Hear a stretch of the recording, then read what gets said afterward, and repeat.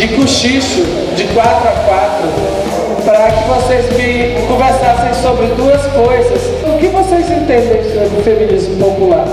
E depois das experiências todas que vocês têm na vida, o que é feminismo popular? E onde você vê acontecer? Em que situação, em que lugar você vê acontecer feminismo popular? São organizações de mulheres que não estão necessariamente localizadas nesse lugar intelectual, né? Então, tipo, intelectualizado da universidade, da institucionalidade, né? São organizações, associações, mulheres que se reúnem a partir de pautas populares, né? Saneamento básico, a questão da creche, a violência policial contra seus filhos, como é que isso reverbera na organização familiar. Sobretudo a questão da linguagem, né? Elas falam sobre as opressões e sobre as suas vivências a partir de uma linguagem que não é nem técnica e nem extremamente teórica, e o que a gente entendeu aqui é que essa linguagem às vezes nega e afasta a possibilidade dessas mulheres de se engajarem nesse feminismo explícito, né? Seria uma forma de nomear as experiências de resistência que já acontecem no cotidiano, no dia a dia, na vida vivida das mulheres. Então nós pensamos nessa experiência como ela atravessando lugares que não organizados necessariamente em torno de um pronunciamento do feminismo. Onde vemos acontecer nas comunidades, no campo e no dia a dia. A gente colocou também que não se referencia no feminismo hegemônico, e a gente também entrou numa contradição ali, assim, de pensar, porque a ideia de feminismo popular a gente já territorializa ou coloca intrinsecamente que tem uma classe social, que tem um grupo específico que vai acessar. E de outro lado, é como se o popular também estivesse abarcando a todas nós, no nosso fazer político, né? Por exemplo, quando a gente, enquanto vários feminismos que acessamos essas mulheres, a gente usa uma metodologia popular, mas que não quer dizer que seja um feminismo popular, mas o nosso fazer político. E aí o fato de ser um popular que acessa todo mundo, a gente viu o feminismo popular como algo muito maior, que não necessariamente só atingisse as mulheres do campo, as mulheres periféricas e as mulheres que talvez não tenham um acesso, né? Mas que a gente compreende que aquele espaço também é de uma construção de poder, de saber intelectual, né? De outro lugar a partir da vivência, e que não necessariamente se baseia numa questão acadêmica. E aí a gente abre mão desse lugar acadêmico para ter uma linguagem popular para acessar aquelas mulheres. Então a gente entende que o feminismo popular é uma ferramenta de acessar outras pessoas de uma outra forma. O feminismo popular, claro que não é só para as mulheres do meio popular, mas principalmente, se o feminismo não atinge essas mulheres, não é popular. O que eu estava dizendo é que as pautas das mulheres têm que estar nesse feminismo. As mulheres da periferia, do sertão, não só as mulheres dos grandes centros, não só as mulheres dos bairros centrais das grandes cidades, precisam entender a luta e ver a luta do feminismo no seu bairro. Senão não é, né? A Gil colocou muito bem, não é porque é desenvolvido para as mulheres populares, mas as mulheres populares, as mulheres periféricas, elas têm que entender a nossa luta, né? E diferente, eu estava dizendo, diferente do coisa. As mulheres populares precisam se ver, quando vê a teoria, diz, é isso aí, então isso é feminismo, então isso aí eu já faço, né? E aí eu acho que esse é o feminismo popular. Senão a gente não. Aí onde é que acontece? Para mim, aqui em Pernambuco, onde acontece a nossa prática, com todos os conflitos dentro do Fórum de Mulheres de Pernambuco. A gente tem um esforço grande de de implementar um feminismo popular, como diz, do cais ao sertão, porque eu estou lá no sertão. Só duas coisas. Uma que a gente, quando pensou já a partir da expressão, digamos assim. A gente pensou nas marchas, a gente fez referência ao Encontro Nacional de Mulheres do MST, que aconteceu esse último final de semana. Então a gente pensou nessa forma como uma expressão E aí tentar ver se é isso mesmo. E uma outra questão é que esse feminismo ele acontece a partir do concreto, da demanda que acontece ali, que há uma rede das mulheres ali para resolver aquela demanda concreta. A gente até pensou qual é essa relação que possa ter com o feminismo materialista, por essa demanda ser, tipo assim, real, e a partir dela elas vão se construindo. Acho que foi isso. Sim, que é a partir das mulheres da classe trabalhadora. Eu acho que vocês captaram uma coisa muito importante, que assim, o que a gente vem discutindo, vem propondo nesse debate feminismo popular, não é o feminismo popular como uma corrente de pensamento, uma linha teórico-política de feminismo. Quer dizer, não é essa a ideia. Na verdade, o que a gente vem discutindo no feminismo popular é o que a gente vem vivendo de feminismo popular, é o que vem sendo feito. Então, aquilo que vocês falaram, eu acho que tem 3 elementos que a gente poderia distinguir, e eles têm, vamos dizer assim, dificuldades metodológicas para pensar sobre eles, que é bem importante. Alguém falou assim, o feminismo popular tem a ver com a experiência vivida, com a luta cotidiana das mulheres, e todo mundo aqui que já fez alguma oficina sobre feminismo com mulheres, que não conhecem o feminismo, e quando você começa a discutir mulheres populares, no final sempre rola um negócio, se isso é feminismo, eu sempre fui, né? Por quê? Porque há uma resistência que a gente tem ao sistema de dominação na nossa vida cotidiana, que quando a gente vê ela traduzida em um conceito e uma ideia, a gente se identifica e diz, pronto, esse negócio aí que você está chamando, conheço muito, né? Já fiz, faço isso. Tem até, nesse livro que vocês receberam, tem um extrato de uma entrevista que uma menina, eu pergunto, o que é o feminismo popular para você?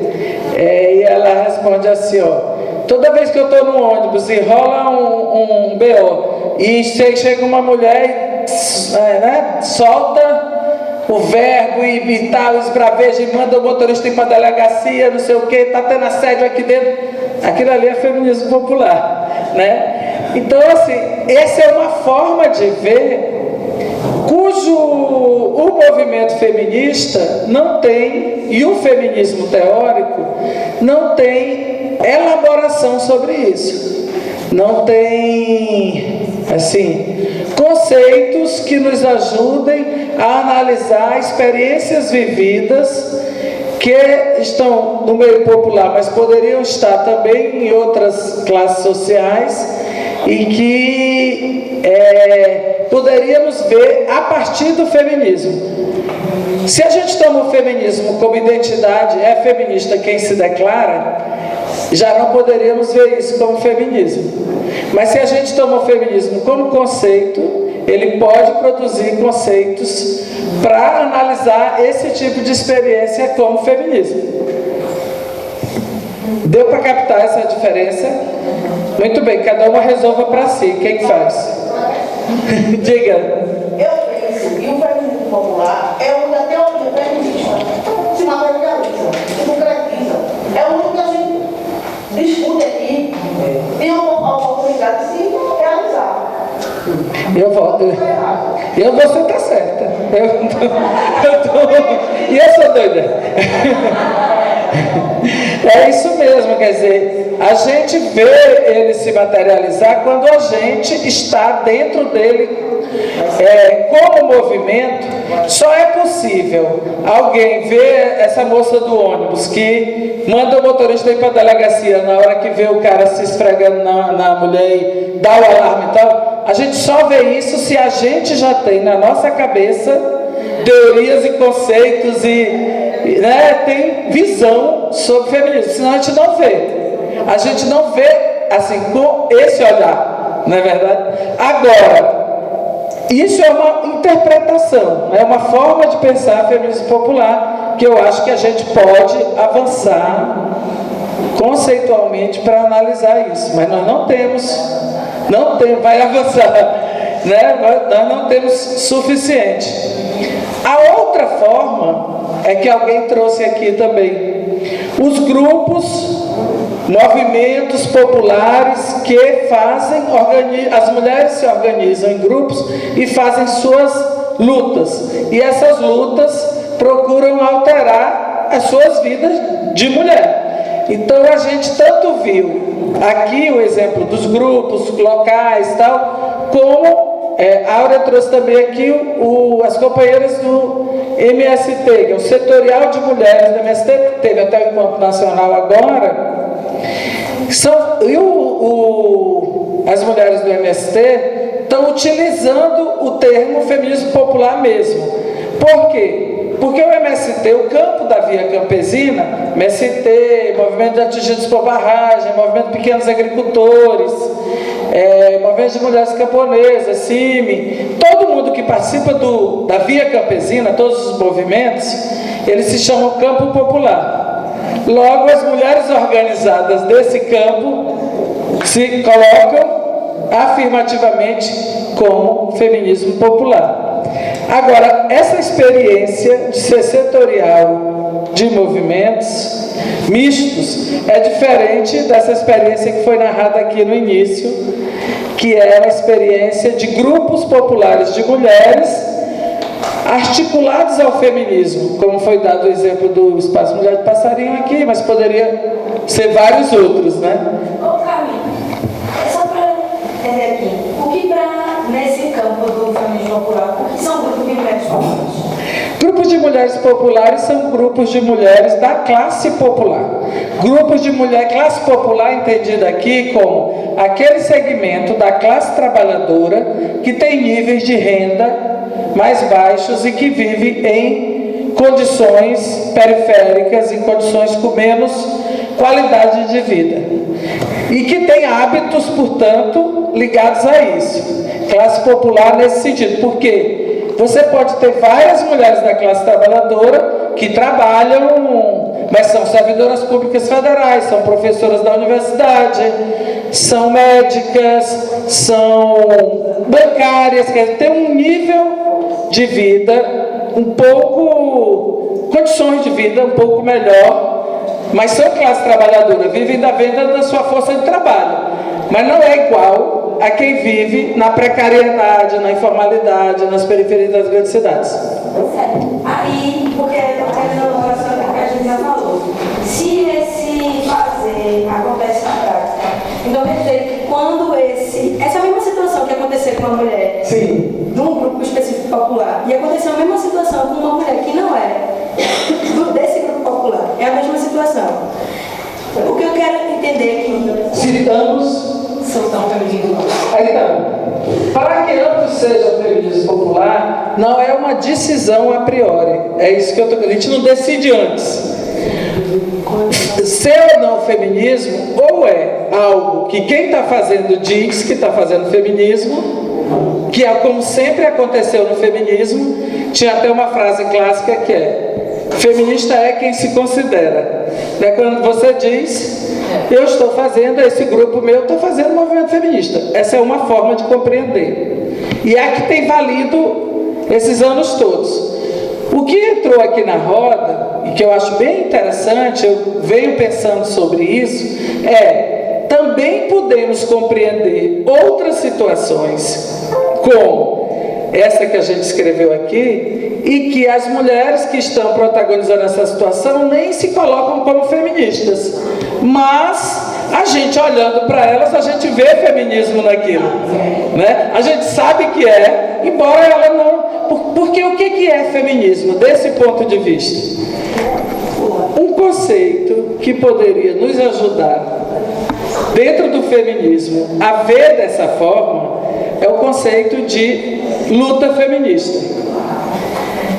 Toda vez que um movimento de mulheres tomar para si uma questão, um problema que o conjunto de mulheres vive, e fazer uma luta em torno disso, e essa luta for voltada para alterar, para deslocar o lugar social imposto para as mulheres, isso é uma luta feminista.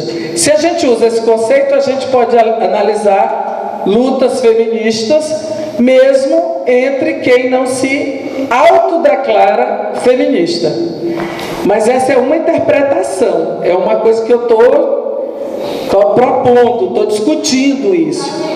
Então seria a partir do outro, tipo, você que não tem a consciência de feminista, mas você vê que não é prática, tipo, é muito mais um reconhecimento do outro do que propriamente...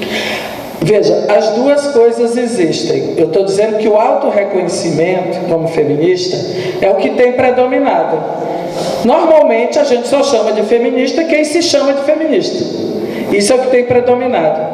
Como nós estamos aqui num curso teórico, eu estou colocando uma possibilidade de análise, que é também possível analisar, a partir de conceitos feministas, outras experiências sociais que não declarem essa identidade, mas que possam ser vistas por nós que estamos analisando como feministas. Bom, isso é um pouco complexo, mas eu quero trabalhar com essa possibilidade como possível.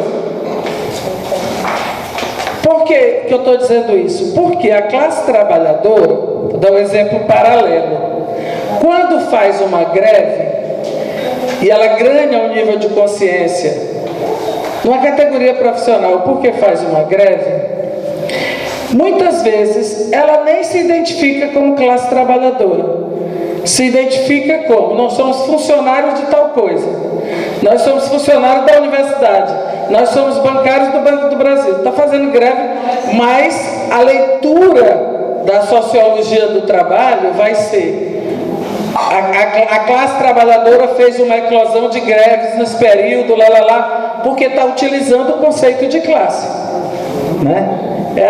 Funciona mais ou menos assim. Como nós estamos sempre muito envolvidos, nós do feminismo, com a ideia de identidade, a gente fica pregada nela e tem dificuldade de trabalhar que é possível analisar outras experiências de mulheres com conceitos fornecidos, elaborados no âmbito da teoria feminista, que nos ajude a pensar. Bom, esse é um ponto. A gente pode ler aquele livro Feminismo Popular, tá? Mentira, gente, nem está tão desenvolvido assim naquele livro. Nem está. Mas lá naquele livro tem um desenvolvimento para como a gente pensar a história. Como a gente pode pensar a história? A gente fala muito em feminismo hegemônico. O que é hegemônico? São as ideias predominantes em uma determinada época, nas ideias majoritárias. Existem as minoritárias, né? Dentro de uma determinada época. No caso, o feminismo hegemônico se refere ao interior do movimento feminista. Uma dificuldade que dá muitas vezes na discussão é que a gente fala, às vezes, das mulheres em geral e às vezes do movimento feminista, mas usando ideias semelhantes. E não dá certo. Não dá muito certo, porque as mulheres em geral não têm uma visão feminista, senão a gente já tinha feito a revolução, né? As mulheres em geral têm uma visão que é hegemônica na sociedade, que é o lugar social das mulheres, é a subordinação aos homens. Você pode ser linda para ser mais subordinada ainda. Essa dá até um verso, né? Essa é a ideia hegemônica na sociedade. Quando a gente está falando de feminismo hegemônico, está dizendo quais são as ideias que são hegemônicas no feminismo. Ou seja, o feminismo já é um movimento contra a ordem, contra, no mínimo, a ordem patriarcal, que é contra a dominação dos homens sobre as mulheres em todos os âmbitos da vida. Da nossa perspectiva, o feminismo deve ser contra a ordem do sistema em geral. patriarcal, racista e capitalista, mas a gente sabe que nem todo mundo pensa assim. Então, isso são ideias disputadas dentro do movimento. Bom, o que traz aquele livro é uma visão histórica do que, como foi o feminismo brasileiro, como foi e como está sendo. Tem um foco, um capítulo que analisa especialmente a articulação de mulheres brasileiras, que é um movimento do qual a gente do SOS participa, né, que algumas falaram aqui, Fórum Cearense de Mulheres, Fórum de Mulheres de Pernambuco, são parte desse movimento nacional. Mas o livro vem de antes e trata um pouco dessa trajetória, demonstrando que na experiência brasileira a gente foi capaz de produzir diversas imbricações na prática concreta. O feminismo negro no Brasil não surge com a marcha de mulheres negras. Ele vem enquanto movimento organizado. Eu não estou falando nem naquela outra visão que eu estava discutindo antes, enquanto mulheres que lutam, né? Mas enquanto movimento organizado ele vem desde antes.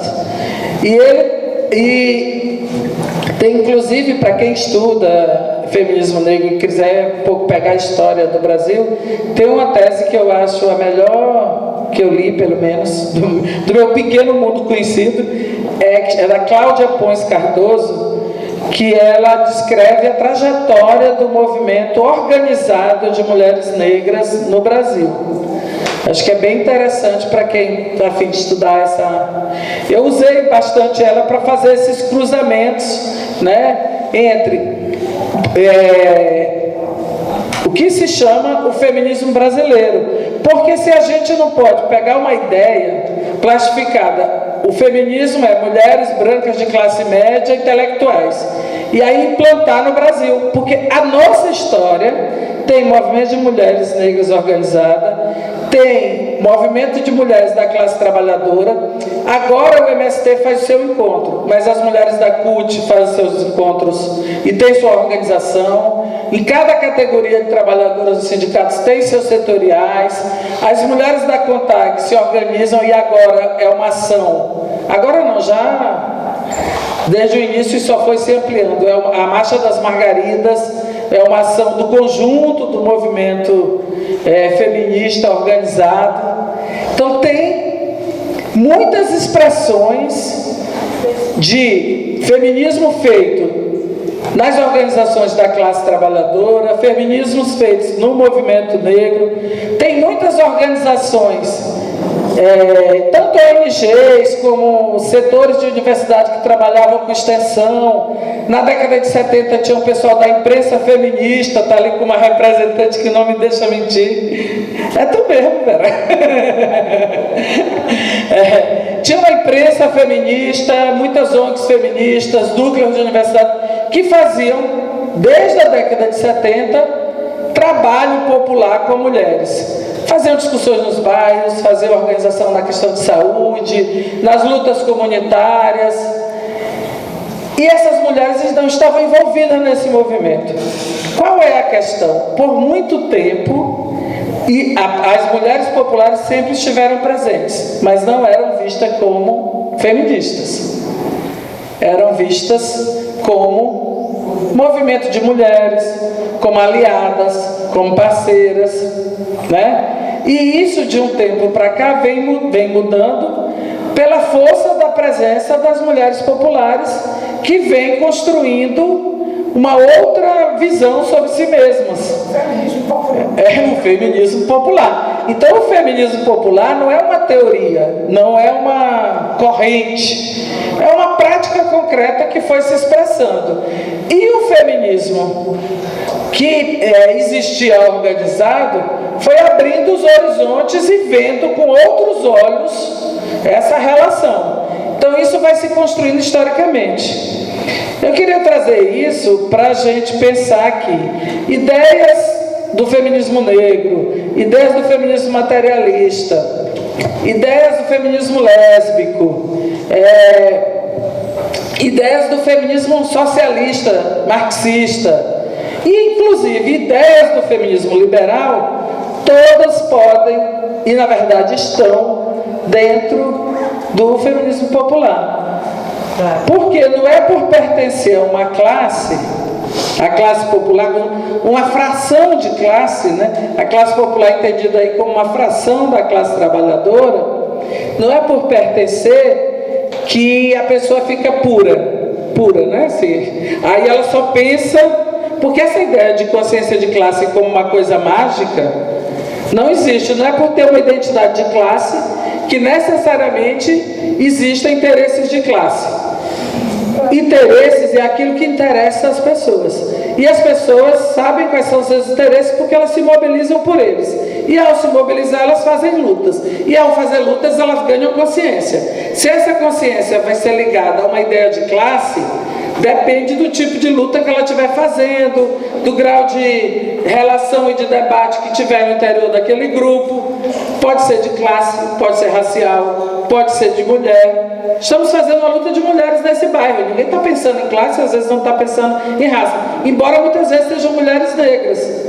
Mas o que eu queria trazer de feminismo popular, bem basicamente, era essa ideia de que tem uma construção no feminismo brasileiro histórica que a gente precisa conhecer, para a gente não simplesmente emprenhar pelo ouvido em relação a o que é hegemônico, qual é o tamanho desse feminismo branco de classe média intelectual no Brasil.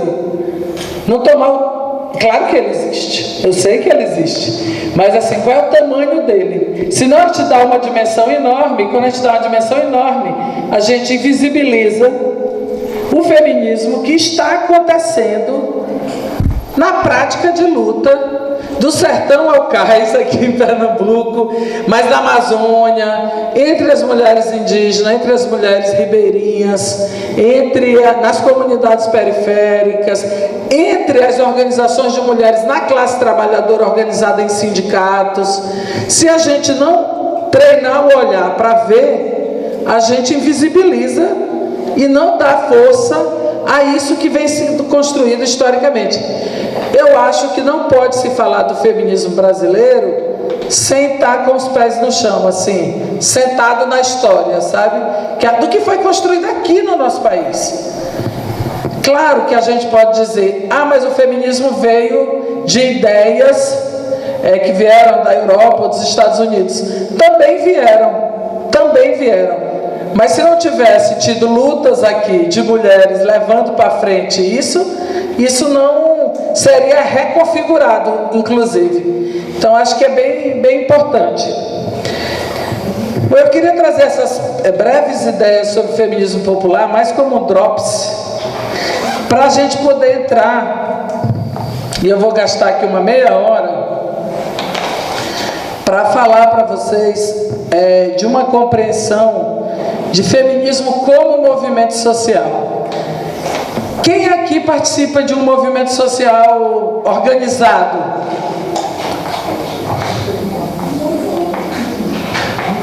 Quase todas, né? Quem participa de um coletivo, grupo que é ligado a algum movimento social organizado? Muito bem. Quem participa de um setorial de mulheres do movimento, do seu sindicato, ou da CUT, ou da CTB, ou da CSP com Lutas, setorial de mulheres sindical? Pronto. Quem participa de um setorial de mulheres de outro movimento misto? Partido, ou outro movimento negro, porque às vezes existem os grupos de mulheres negras e às vezes dentro de alguns movimentos negros mistos também tem setoriais. Setorial de mulheres do movimento de moradia. Tá vendo? Aqui e acolá a gente acha um bocado de nós, né? A gente acha um bocado de nós por aí. Eu fiz esse levantamento breve só para a gente poder entrar numa discussão, que eu vou pedir aqui uma meia hora para vocês para falar sobre isso, que é do feminismo como movimento social. E aí eu vou fazer primeiro uma diferenciação em 3 tipos de uso que a gente faz do termo movimento social, antes de entrar propriamente no conceito. Porque o conceito é o recheio do termo, né? Conceito é densidade de questões que é nomeada por um termo e que ajuda a gente a pensar a realidade a partir dela. Vou no meio aqui do negócio. É porque para falar do feminismo comunitário eu preciso passar antes por feminismo popular. Mas não se preocupe não, que deixa eu só ver se ele está aqui mesmo.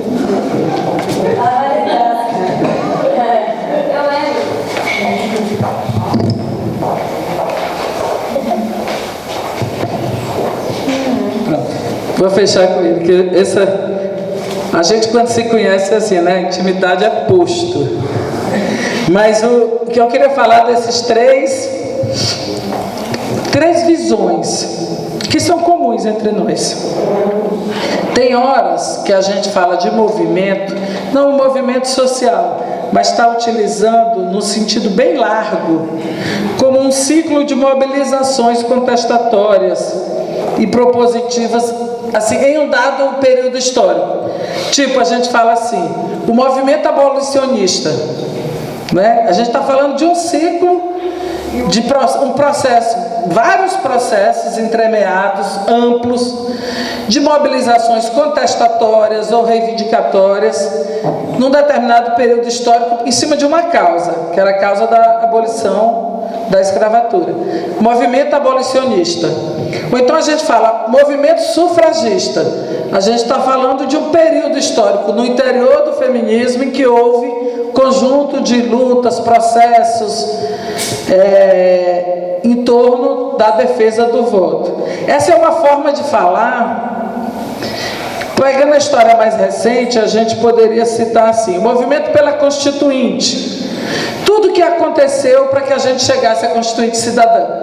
Plenária para a participação popular, coleta de assinatura, vários movimentos organizados, lobby do batom, né? Conjunto de coisas, a pressão lá no Congresso, um processo amplo. Se deve a gente fala isso no sentido de um processo amplo de ações que tenham a causa, mas tenham um dado período histórico. A gente usa no cotidiano. Uma outra forma de usar é movimento social como um sujeito político coletivo e difuso que assume uma causa de forma permanente, que não está preso a um dado período histórico. Quando eu falo movimento negro, eu estou falando todo o processo histórico do movimento negro, com as suas várias organizações, seus vários ciclos de luta, suas várias formas de expressão. Movimento feminista. O que é o movimento feminista?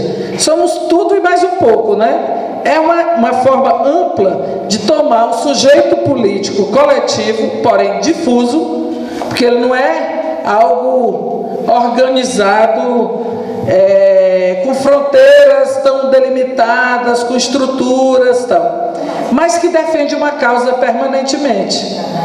Serve inclusive para a gente pensar o movimento sindical. Quando a gente fala movimento sindical, a gente está usando esse segundo tipo de uso do termo movimento social. O terceiro tipo é quando a gente está lidando especificamente com um movimento organizado com nome específico, que pode ter uma impermanência, quer dizer, ele não é uma permanência no tempo, ele não é delimitado historicamente, mas ele é delimitado organizativamente. Quando a gente se fala assim, movimento dos trabalhadores rurais sem terra, eu não estou falando de todo mundo que luta pela terra, eu estou falando de uma expressão organizativa entre o movimento geral de todas as pessoas que lutam pela terra. Tem um que se chama Movimento dos Trabalhadores e Trabalhadoras Rurais Sem Terra. Tem um limite organizativo, tem uma estrutura, tem uma fronteira, tem um projeto político bem delimitado. Claro que nem todos, eu dei o exemplo clássico, né? Movimento Sem Terra é um exemplo clássico, mas existem outros cujas fronteiras são um pouco menos fechadas. Por exemplo, Articulação de Mulheres Brasileiras ou Marcha Mundial de Mulheres. Nenhuma das duas se chama movimento, né? O nome no nome não tem movimento, mas ambas são movimentos feministas. São movimentos que têm fronteiras delimitadas, têm uma organização, têm um projeto, uma visão de mundo que é construída lá dentro, né? E uma visão de estratégia que é construída dentro desse movimento. As fronteiras, eu não saberia muito falar sobre as fronteiras da marcha, mas as fronteiras da MB são um pouco fluidas, porque participam da MB os agrupamentos estaduais, mas as pessoas entram e saem dos agrupamentos estaduais. Tem gente que é mais núcleo duro, fica permanentemente, constrói, outras que vêm nos momentos fortes. Então tem uma fronteira que não é tão delimitada, mas tem um projeto político, tem uma forma de participação, tem uma forma de tomada de decisões que é própria do que é construído. Então esse é um terceiro tipo, né? Isso é importante porque muitas vezes a gente diverge entre nós, disputa, usando a mesma palavra para falar de coisas muito diferentes. Do meu ponto de vista, do ponto de vista que eu estou defendendo aqui, os movimentos sociais são constituídos de lutas, processos sociais de reivindicação, de contestação, de manifestação, organizações e articulações em torno de uma causa conflitiva, uma causa, um problema que o movimento, aquele coletivo, toma para si e faz com que esse problema se torne um problema público, ou seja, um problema que tem que ser enfrentado pelo Estado ou pela sociedade. Então, o movimento, ele é capaz de comportar organizações, sejam elas organizações menores ou organizações nacionais, que tem uma... O que eu chamo de organização? Aquilo que tem um certo grau de estruturação, métodos de tomada de decisão, instâncias, ou seja, lugares coletivos onde as decisões são tomadas, né? Então, isso e que faz lutas em torno de uma causa. Como é que isso acontece? Duas perguntas que sempre a gente precisa responder. Por que as pessoas se juntam em um movimento social? E o que mantém as pessoas participando e atuando em um movimento social? Esse é o nosso problema permanente, né? Por que as pessoas se juntam? Existem várias explicações teóricas. Eu não vou aqui, já pulei essa parte, distinguir para vocês as várias correntes teóricas dos estudos de movimentos sociais. Mas eu vou levantar 4 ideias de por que as pessoas se juntam, que elas podem ser complementares ou se contradizer. Tem visões que acham que as pessoas se juntam porque decidem racionalmente participar de um movimento com base em um cálculo de custo e benefício para si. Tipo, eu vou participar daquele protesto ali e colocar os pneus para queimar na estrada porque a estrada está cheia de buraco e a prefeitura não vem, e isso faz com que eu atrase minha chegada no serviço. Então eu vou ajudar a fazer esse protesto porque eu vou ser beneficiado. Essa é uma forma de entender.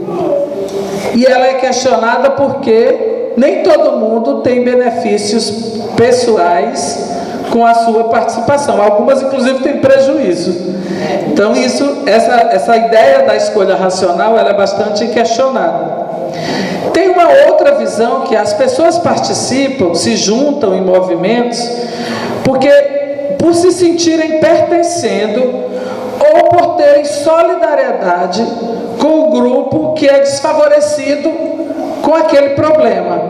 Por exemplo, muitas pessoas adultas se juntam em movimentos de defesa de criança e adolescente. E elas não são crianças e adolescentes. Elas se juntam porque elas têm uma ação de solidariedade àquele grupo que está sendo prejudicado por aquele problema. E outras se juntam porque pertencem. Então você se junta num grupo, num movimento de mulheres lésbicas, porque você tem uma identidade lésbica que sofre prejuízo na sociedade com o problema da heteronormatividade, da lesbofobia, do lesbicídio. Então você é uma situação de pertencimento, é uma outra forma de se juntar. Há também aquelas pessoas que se juntam por identidade emocional com a causa, aderem à causa emocionalmente, embora não tenha nenhum pertencimento, às vezes não esteja nem com a solidariedade dentro do seu coração, e nem faça nenhum pensamento racional de vou aderir por causa disso, mas elas se sentem envolvidas emocionalmente, se vincula àquela causa por uma emoção, por uma sensação de que se não fizer isso vai ser um desastre completo, e aí se juntam às vezes a um movimento por conta disso. Uma outra forma de compreender se juntam também por um projeto, por uma visão de mundo. Essa forma não é contraditória nem com a solidariedade, nem com o pertencimento, nem com a identificação emocional, e também não é com a própria escolha racional. Mas você se juntar em torno de um projeto político, de uma visão de mundo, confere a esse movimento, ao pertencimento da pessoa a esse movimento, um vínculo que tende a ser mais forte. Porque a gente nunca deve duvidar dos vínculos emocionais, né? Mas tende a ser mais forte. Agora, o que é que mantém as pessoas participando de um movimento? Primeiro, é preciso que esse movimento tenha formas organizativas permanentes, capazes de gerar identificação, ou seja, o sentido de pertencimento a esse movimento. Se você entra no movimento através de uma expressão do momento, vou dar um exemplo concreto: as praias de Pernambuco estão sendo inundadas de óleo, muitas pessoas estão se aglomerando nas praias para tirar o óleo com as mãos, inclusive sem ter sequer as condições para isso. Muita gente que está chegando a isso não era antes do movimento ambiental nem do movimento de pescadores. E é provável que depois desse acontecimento essas pessoas retomem a sua vida cotidiana e não mantenham esse vínculo. Mas é provável que algumas vão manter esse vínculo. Algumas vão manter se ou no movimento de pescadores e pescadoras, ou no movimento ambientalista, ou em um coletivo que esteja assumindo isso mais na linha de frente, tiver estruturas organizativas com capacidade de absorver, que se coloque a questão de absorver aquelas pessoas que se agregaram naquele momento importante ali daquela movimentação. Se as pessoas se agregam, isso vai gerando uma identificação com a causa ambiental e com aquela organização. É super diferente alguém que colhe no movimento de pescadores e alguém que colhe no movimento ambiental e alguém que colhe no coletivo juvenil da universidade que existe e assumiu essa tarefa lá. Alguém que colhe no movimento de mulheres que, por morar próximo ali, resolveu aderir à questão. É super diferente.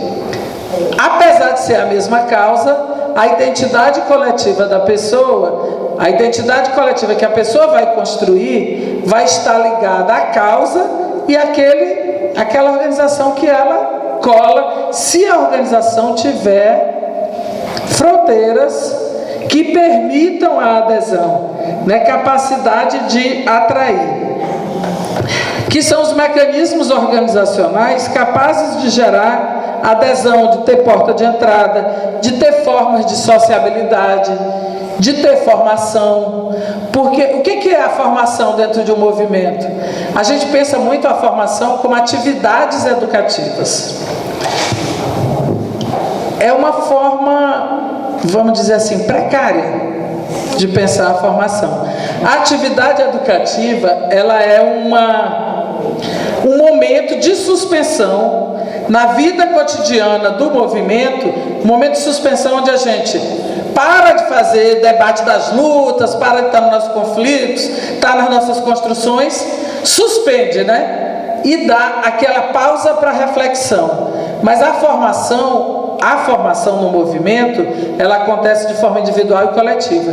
Dentro de cada uma de nós, ela acontece na construção de nós mesmas como feminista. A gente vai sair daqui e, para cada uma, o efeito é um. A partir da sua trajetória, a partir do que você faz, da sua experiência, a partir do que você vai fazer com o que você recebeu aqui em você mesma, né? Então, a construção de si é a formação individual dentro do movimento. E a formação coletiva é o processo do movimento ir construindo a sua visão de mundo, a sua estética própria, a sua forma de atuar, a sua forma de se organizar, a sua forma de se articular com outros movimentos. Esse é o processo de formação, ou seja, a construção de si do movimento, né? A construção do processo coletivo de fazer esse movimento. Então, as atividades de formação, elas são um momento de suspensão, mas a gente aprende isso no dia a dia. Quem se envolver lá em tirar o óleo da praia e ficar convivendo e carregando aquele peso e arranjando onde vai botar e se relacionando com outros e brigando porque tem uma que é mais escorada e brigando porque... sempre tem isso. Essa pessoa também vai aprender mesmo sem ter participado de nenhuma atividade de formação. Ela vai aprender no momento vivido. Se depois ela adere a algum grupo e esse grupo consegue parar para pensar juntos sobre aquele momento vivido, o grupo se apropria do momento como experiência e passa a trabalhar isso, inclusive, da sua memória, da sua trajetória. Aí vai dizer mais tarde, não, naquele período que teve aquele crime ambiental que derramou óleo, inclusive teve um momento que o movimento cresceu muito, muita gente aderiu e tal, né? Esses são os processos que acontecem e dentro do movimento esses processos vão construindo marcos de referência comum. Os movimentos não têm a priori, a não ser os movimentos que sejam de uma vertente muito dura, né? Assim, muito conservadora em termos de esquerda, mas de um pensamento conservador, para ter algo muito estabelecido do que é o seu projeto político e ninguém muda, ninguém mexe, porque é por aqui que nós vamos. Aí a adesão se torna uma adesão acrítica, né? Se torna uma adesão para aumentar, para ser a massa daquele movimento. Mas os movimentos mais autônomos, os movimentos que têm uma visão de horizontalidade, como é o caso do movimento feminista, mas de outros também, eles vão sempre sendo refeitos, porque a cada leva de gente que chega, vai trazendo questões, trazendo problematizações e ele vai se reconfigurando. Em cada contexto ele tem uma expressão diferente, porque as pessoas agem nos seus territórios, nos seus contextos. E em cada conjuntura também ele vai alterando as fases da sua vida, da sua construção de si, né, do seu processo. Tem 3 elementos que eu acho fundamental trabalhar, que são também palavras que a gente usa muito, mas até porque as teorias de movimentos sociais, elas se dividem. Tem muitas teorias que só pensam os ciclos de protesto, então só fazem pesquisa sobre os ciclos. Então, o ciclo de 2013, o ciclo de resistência ao golpe, aí pega de 2015 até nossos dias. O ciclo pega só os ciclos de protesto. E tem muito poucas que trabalham as organizações e os processos que acontecem entre um ciclo e outro. Então, isso dá uma dificuldade. E essas que pegam só as organizações, trabalham mais com a construção de projeto, com a identidade coletiva, né, com marcos de referência. Então são análises completamente distintas umas das outras. Só que hoje, mais recentemente, há algumas aproximações entre essas teorias e há uma construção de que a ideia de movimento social, assim como a gente fala na vida prática, deve também, na teoria, contemplar os processos organizativos e os processos de atuação. Então, essas novas visões têm ajudado a gente a pensar, e acho que desafia o movimento feminista a se pensar como movimento social. E aí tem 3 elementos que eu queria trazer, que é o que são lutas, o que são organizações e o que são articulações no movimento. Lutas, organizações e articulações. A gente também usa o termo luta de uma forma completamente genérica, né? A gente diz, menina, é uma luta dar banho nesse menino, né? E é uma luta mesmo, é um negócio, um esforço, né? A gente usa muito assim, e a gente usa no dia a dia também muitas vezes como tema. Não, eu dentro do movimento feminista eu sou mais vinculada à luta pelo aborto, mas na verdade não estou fazendo luta nenhuma, eu só sou uma pessoa que estuda o tema, que debate o tema, faço oficinas sobre o tema. Não, a outra diz, eu sou ligada à luta do trabalho. Aí ela estuda, ela debate, ela faz oficina e tal. Eu brinco isso porque as palavras, elas têm poder, né? Então, eu estou trazendo uma ideia de luta, que é luta enquanto um componente de movimento social. Então, a luta é um processo no qual pessoas e organizações atuam coletivamente para fazer com que um problema que é visto pelo mundo todo como sendo um problema que não existe, ou um problema privado, transformar isso em um problema público que seja visto por um grande número de pessoas como injusto e possível de ser mudado. E aí é um processo onde a gente pode ter momentos mais fortes, momentos mais fracos, momentos de maior mobilização, visibilidade, momentos de menor visibilização e de menor visibilidade, mas é um processo no qual quem está lutando, quer dizer, o sujeito político, o movimento social que está lutando, procura resolver aquele problema. Ou seja, nesse processo ele vai ampliar a sua força, o seu poder de resolver. Vai resolver? Nem sempre. Mas às vezes vai enfrentar uma pequena parte daquele problema. Então, a luta é isso. Quer dizer, a gente precisa pensar o que é um processo. Um processo é um conjunto de ações encadeadas, que uma abre as condições de possibilidade para a seguinte. Então, se você pensa um processo de luta como um conjunto de ações encadeadas, onde uma abre a possibilidade para a ação seguinte, com foco em um objetivo, que é um problema que aquele movimento social tomou para si, se responsabilizou para colocar o debate na sociedade, impor ao Estado que cuide desse problema, e ele vai ter pode ter derrotas, mas pode ter vitórias. Mas no processo de lutar, ele tem que ampliar a sua força política nessa disputa na sociedade.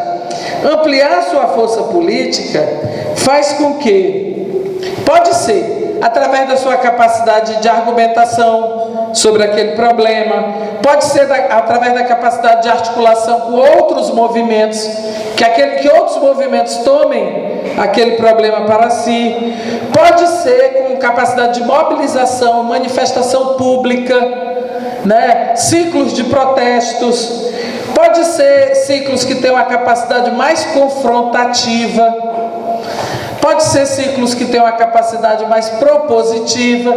Isso vai variar de cada conjuntura e da estratégia que cada movimento tiver.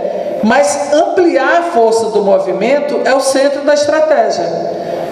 Porque a grande vitória de qualquer movimento num processo de luta é sair mais forte dele.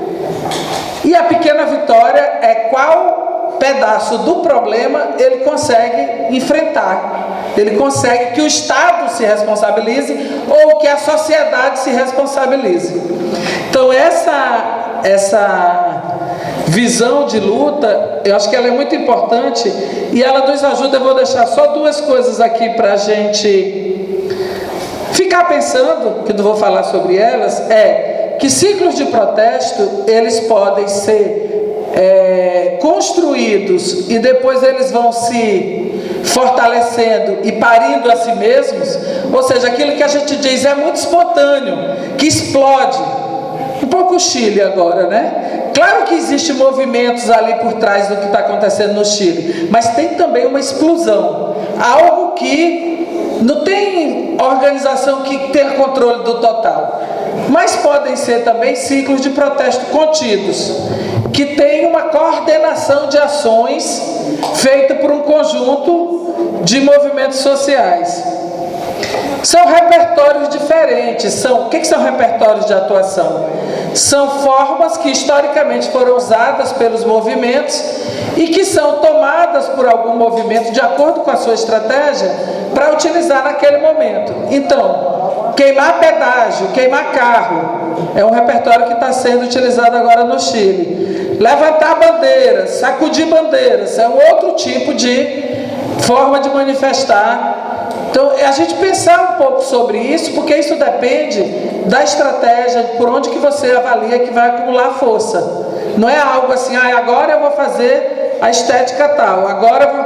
Não, você pode ter uma linha de estética, né, uma linha de formas de expressão do movimento, mas que em cada conjuntura ele vai ganhar possibilidades distintas. Quando a gente pensa na Marcha das Margaridas, aquele negócio maravilhoso, imenso, muitas mulheres, mas ele é um protesto contido. Por que contido? Porque ele é programado, ele tem começo, meio, fim, é coordenado, ele expressa a força, especialmente das mulheres rurais, mas ele não é uma explosão, ele não é algo, não é confrontativo nesses termos. Nessa marcha, ela tomou um pouco de tom confrontativo pela oposição ao governo Bolsonaro. Nas marchas anteriores, ela era reivindicativa, sem confrontação. Mas o tom confrontativo não foi expresso em repertórios de confronto, porque os repertórios tradicionais da marcha são repertórios de protesto contido, de manifestação, de reivindicação. Então, é um pouco isso que eu queria trazer sobre lutas. Vou pedir mais 10 minutos, tá? Que eu já venci aqueles 30 que eu queria falar. Eu queria falar rapidamente sobre as organizações, porque sem as organizações, os movimentos não ganham permanência no tempo. Eles não ficam perenes, eles não se... Inclusive, eles não conseguem desenvolver um processo de construção da sua própria visão de mundo, do seu marco de referência para enfrentar as suas questões, os problemas que toma para si. Sem se organizar, os movimentos ficam muito frouxos, as fronteiras ficam muito frouxas, todo mundo entra e sai, não tem um processo que acumule forças, acumule proposições e tal. Então, as organizações são a forma pela qual o movimento se mantém no tempo e consegue congregar pessoas e organizações permanentemente e formular suas ideias, seus projetos. Ela tem estruturas de poder, obviamente. Se há tomada de decisão, há estruturas de poder. E aí há formas diferentes de se organizar de movimentos. Elas podem ter uma estrutura de poder mais democráticas, mais horizontais, ou mais verticais, mais hierarquizadas. Tem movimento que a direção nacional toma uma decisão e aí desce a orientação e todo mundo realiza. Esse movimento, em geral, ganha uma capacidade de ação grande, porque todo mundo vai fazer a mesma coisa naquele tempo que foi estabelecido. E a direção nacional, ela não é doida, ela toma a decisão com base no projeto. Eu acho que não é doida, né? Com base no projeto, na visão de mundo que aquele movimento já construiu. Por que ele ganha mais capacidade de ação? Porque todo mundo que está organizado naquele movimento segue aquilo. Claro que aqui e acolá tem uns que não seguem tanto assim, que faz modificações, adaptações, tem suas vicissitudes. Mesmo no Partido Comunista Brasileiro, que é, vamos dizer assim, um exemplo, antigamente, né, gente? Nem sei como é que o partido está funcionando hoje, mas ali pela década de 30, o Partido Comunista Brasileiro tinha uma forma muito vertical de se organizar. Existe uma tese maravilhosa que eu acho que chama-se Em Busca da Memória, de um camarada chamado Hélio Silva. É Hélio Silva, Vera, diz aí? Elinho, irmão de... irmão daquela eu acho que é Hélio Silva, sim. Hélio Silva, Em Busca da Memória. Essa tese mostra como, apesar da grande e forte hierarquização do PC, do Partido Comunista Brasileiro, como ele tinha uma capacidade de enraizamento enorme, estava dentro da grande maioria dos sindicatos, no eixo Rio, São Paulo, Minas, existia o que ele chama dois PCs. O PC do que vinha da direção nacional e o PC que era construído na experiência concreta dentro das fábricas, dentro das movimentações. Então, é muito interessante, porque às vezes a gente acha que o que é muito hierarquizado, às vezes segue, todo mundo segue. É verdade que há muito seguidismo, mas também há suas contradições, porque a vida pulsa, né? Agora, o autor da tese do Partido Comunista, a Carla me chamou logo de camarada. Camarada Elinho. Agora, há outras organizações que são mais democráticas, mais horizontais, que têm mais dificuldade do processo de tomada de decisão. Porque a decisão tem que ser, todo mundo tem que ser consultado. Num país continental como o Brasil, nem todo mundo responde, nem todo mundo... E as coisas desandam porque ninguém tomou a decisão. Tem menos capacidade de ação. Por quê? Porque nem todo mundo vai operar conforme a decisão coletiva. Porém, tem muito mais criatividade, muito mais formas de absorver as diferenças que entram e reconstroem a organização, tem muito mais democracia interna. Mas a gente tem que pensar tudo isso em movimentos sociais em geral, sabendo que é muito diferente fazer movimento social no Uruguai e no Brasil. Porque a gente tem um país continental e construir um movimento social no Brasil é uma dificuldade de manter perspectivas horizontalizadas, mais democráticas e tal. Então acho que é importante a gente pensar isso, porque isso tem impacto na capacidade de ação. Então quem topa ser mais horizontal e mais democrático sabe que tem prejuízo na sua capacidade de ação, porque o grau de engajamento e de pertencimento das pessoas para efetivar aquilo que é combinado é mais fluido do que o grau de engajamento e pertencimento das pessoas de estruturas mais verticalizadas. Dramático isso, né? Mas é a vida delas. Então nós, dentro do movimento feministas, nós temos estruturas mais horizontalizadas, e aí eu diria para todas as articulações movimentalistas do movimento feminista tem mais essa busca. Mas é uma contradição, é uma dificuldade que a gente vive, né? Então, eu queria trazer também um terceiro item dessa composição. Só uma coisa para refletir, que eu fui terminando cada momento com para refletir, já pensando no futuro.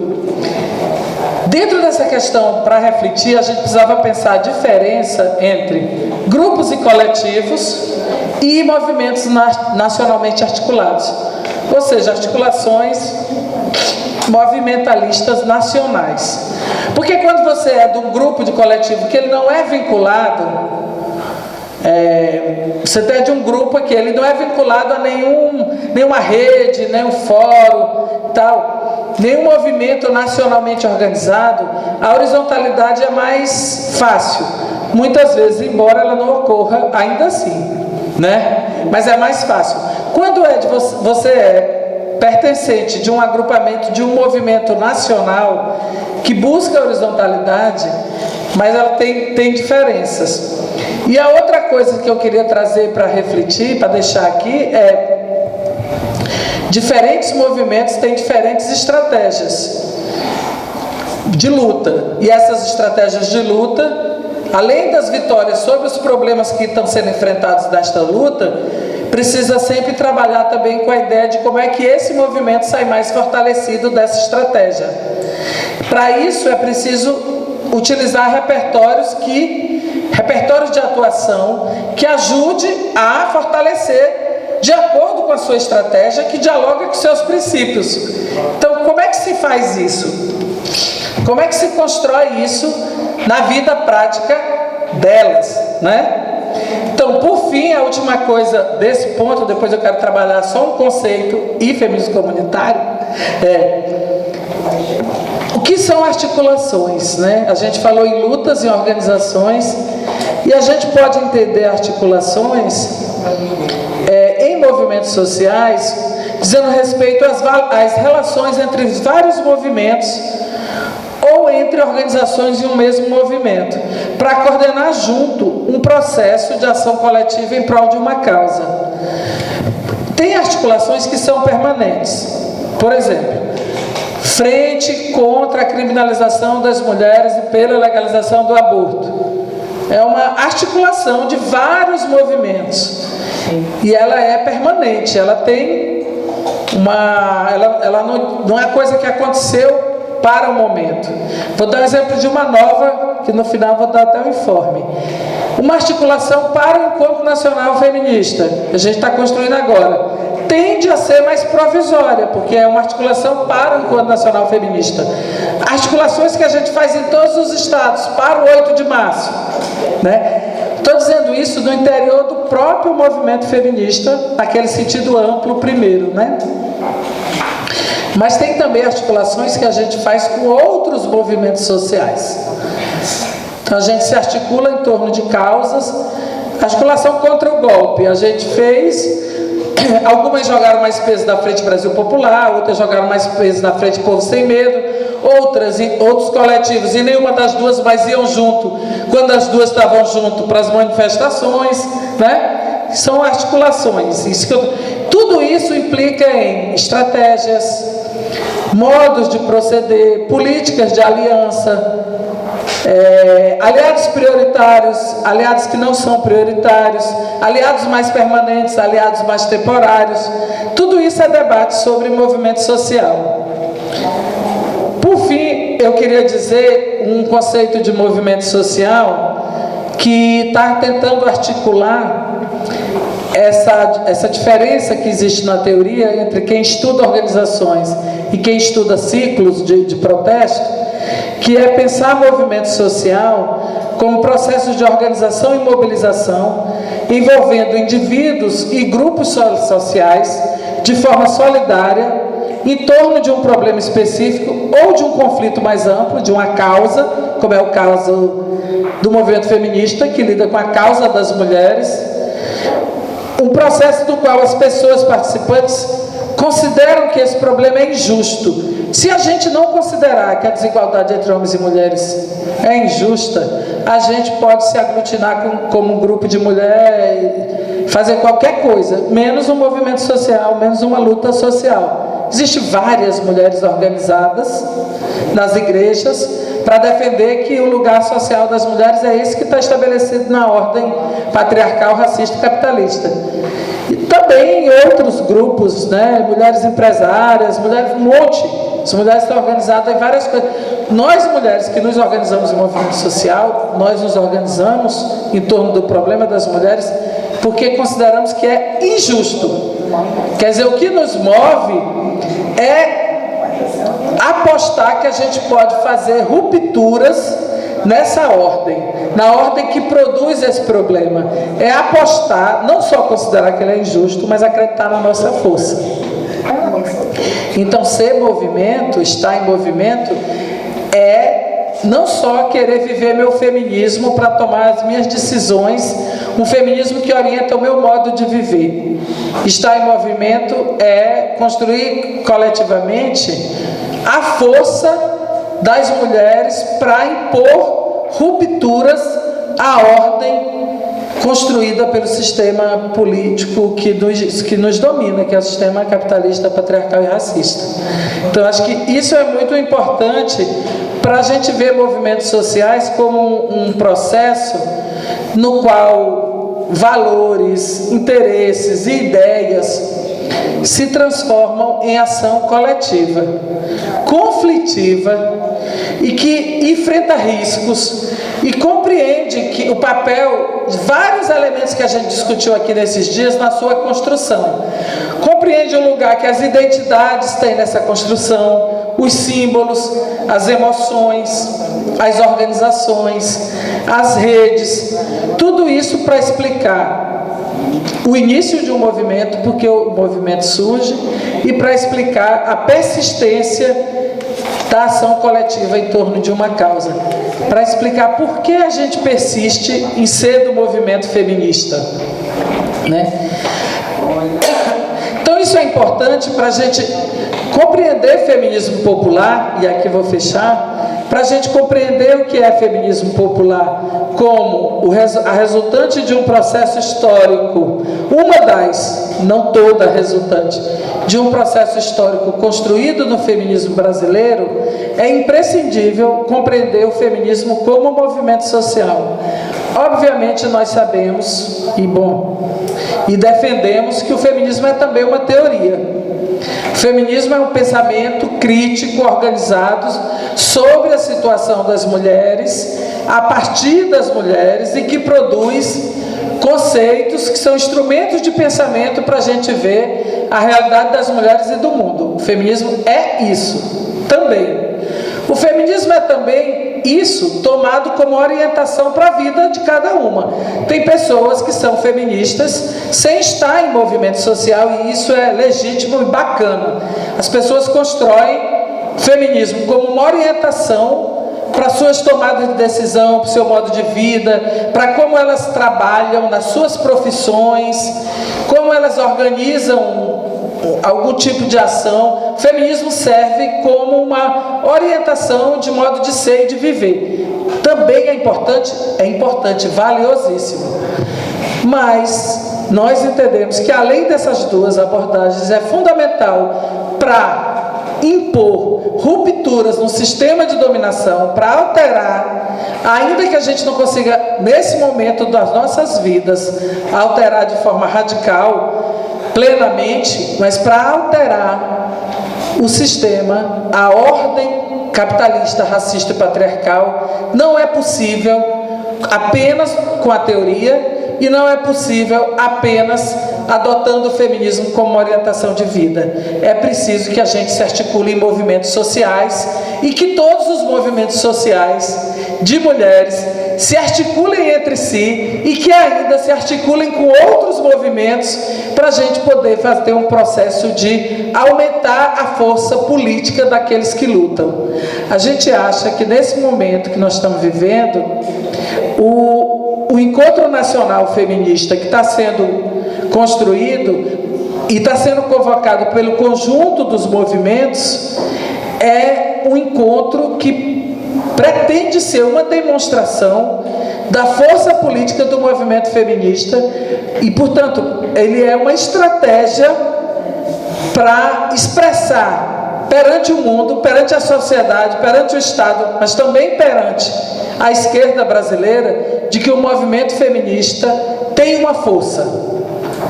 Tem uma força. Então, esse encontro está sendo organizado nessa perspectiva de sair dele com a força política do movimento feminista muito maior, entendendo como o feminismo antirracista, antipatriarcal e anticapitalista, que é esse o tom que está sendo levado para esse encontro. Então, para dar esse exemplo de estratégia. Sem essas categorias, é impossível pensar o feminismo popular da forma que está sendo proposto. Como eu estou trabalhando, e naquela a gente vem construindo há muito tempo. Quer dizer, eu não estou no SOS desde o começo, mas no SOS desde há mais tempo a idade. Eu já estou há muito tempo, mas tem gente que tem muito mais tempo do que eu, e desde muito tempo sempre se construiu esse feminismo popular. Mas a gente está se dando agora ao trabalho de refletir e conceituar esse feminismo popular. Para a gente poder fazer isso, a gente teve que recorrer à história do feminismo brasileiro, e a gente teve que recorrer a conceitos da teoria de movimento social que nos ajudem a ver o feminismo como um movimento, né? Como uma movimentação das mulheres na sociedade. Então isso ajudou. Qual é a diferença com o feminismo comunitário? E aí fechou. O feminismo comunitário é uma tese, é uma proposição, é uma corrente que ele se propõe assim, como uma corrente de pensamento que toma por base as mulheres, que eu poderia no Brasil chamar de mulheres de classe popular, que esse feminismo ele surge com muita força na Bolívia, embora no Equador também tenha presença e hoje esteja em muitos países da América Latina, e surge das mulheres aimara, que é uma etnia que a gente chamaria indígena, na Bolívia, a partir de uma organização que era uma espécie de ONG, um tipo de ONG, Mulheres Criando, que se dividiu e construiu essa experiência, essa corrente de pensamento chamada feminismo comunitário, que é uma corrente dentro do movimento feminista. E tem publicações e mulheres que defendem isso como uma corrente. Uma dos expoentes dela tem circulado ao Brasil e tem defendido isso como uma corrente. Então, a diferença é que nós não estamos defendendo o feminismo popular como uma corrente, mas como uma resultante do processo histórico da construção do movimento feminista como movimento social. Agora, independente disso, o termo feminismo comunitário tem sido apropriado por várias companheiras em vários países latino-americanos para falar de coisas muito similares ao que nós estamos fazendo aqui. Entendeu? Independente do que está publicado nos livros, né, sobre feminismo comunitário ser proposto como uma corrente, muita gente tem chamado feminismo comunitário o feminismo que se faz nas comunidades. E isso tem fortalecido essa experiência que nós chamamos feminismo popular e que em alguns lugares é chamado feminismo comunitário. Então, há uma diferença em relação à corrente de pensamento. Tem muitas proximidades com o que a gente discute do feminismo materialista, né? Então tem alguns elementos interessantes. Enquanto prática política, em relação a corrente de pensamento feminismo comunitário, a gente tem tido algumas experiências bem dramáticas, bem negativas, mas que eu não vou desenvolver agora porque não é o caso. Mas enquanto corrente tem muitos pensamentos em comum, e enquanto uso do termo feminismo comunitário tem muita gente usando no mesmo sentido que a gente está usando o feminismo popular. Então pode ser que tenha, né, formas de aproximação.